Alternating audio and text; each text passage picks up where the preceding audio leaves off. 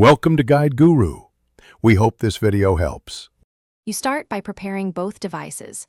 Charge the watch to at least 50% and put it on. Once done, install the manufacturer companion app on your phone and open it. You should enable Bluetooth and location services now so the phone can discover the watch. Make sure Wi-Fi is available if the setup needs downloads. Next, choose Pair New Device in the app, confirm the code shown on the watch, and press Confirm on both devices to initiate the secure connection.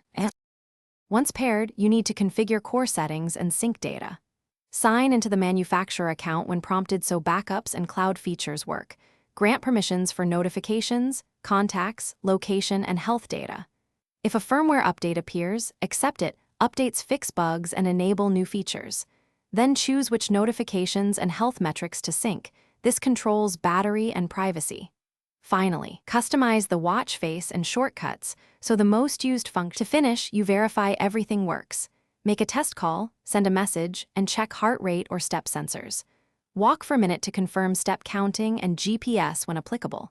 Configure emergency contacts and health thresholds so alerts trigger correctly. If notifications or syncing fail, restart both the watch and phone and try re-pairing through the app. Make sure Bluetooth is not connected to another device. If problems continue, reset the watch to factory settings and repeat pairing as a reliable last step.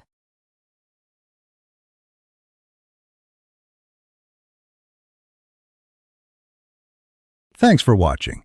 Consider subscribing if we helped you today.